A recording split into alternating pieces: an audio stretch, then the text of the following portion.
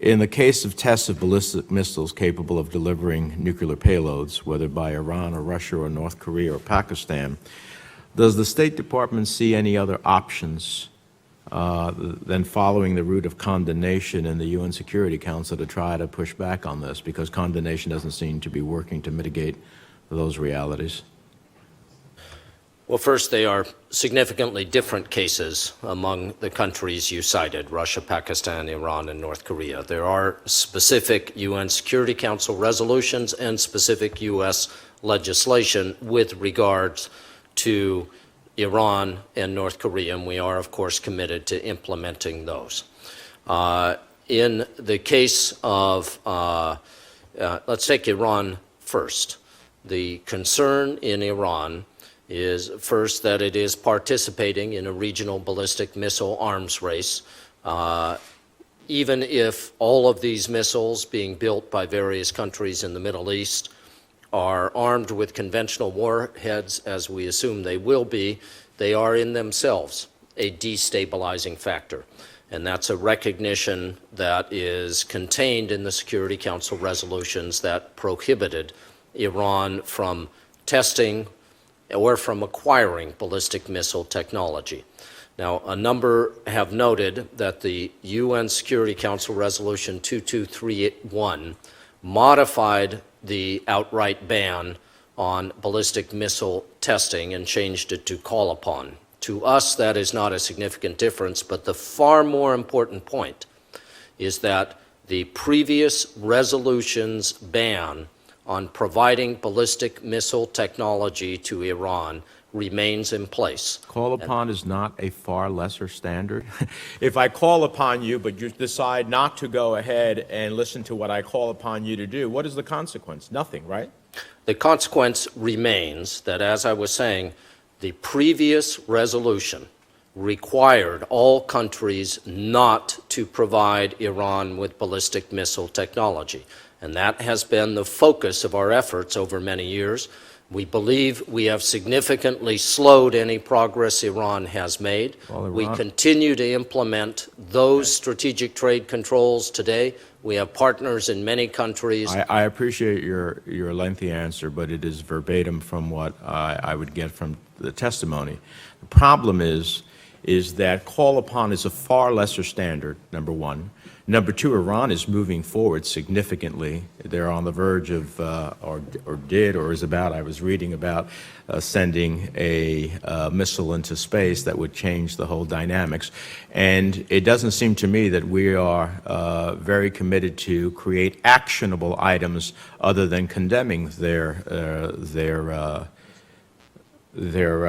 testing. So let me ask you this. You said, Mr. Countryman, that the summit is going to, large parts of the summit's work is going to be taken over by the IAEA. Is that correct? A significant portion, yes. Significant portion. How important is that? Well, important in many different dimensions. First of all, it is important that there is a body with near universal membership, that is the International Atomic Energy Agency, that also has the technical capability to take the standards developed in this smaller voluntary group and make them global and to follow up in a persistent way. So I think that the IAEA's reputation and its capability to set global standards. It's going to be important. It's very important. And it is also important for enhancing the overall reputation of the IAEA. It's going to be very important. So here's what my concern is. When Secretary Kerry appeared before the committee to discuss the budget, I raised a U.S. Government Accountability Office report that I commissioned along with Senator Kirk. In that report, the GAO's preliminary findings raised significant concerns about the challenges and limitations that the IAEA faces. To name a few, a limited budget from irregular funding sources, human resource shortfalls, certain important equipment operating at capacity already, limited analytical capabilities that will be tested by the new mandates of the JCPOA. Forget about anything they're going to do in pursuit of the summit.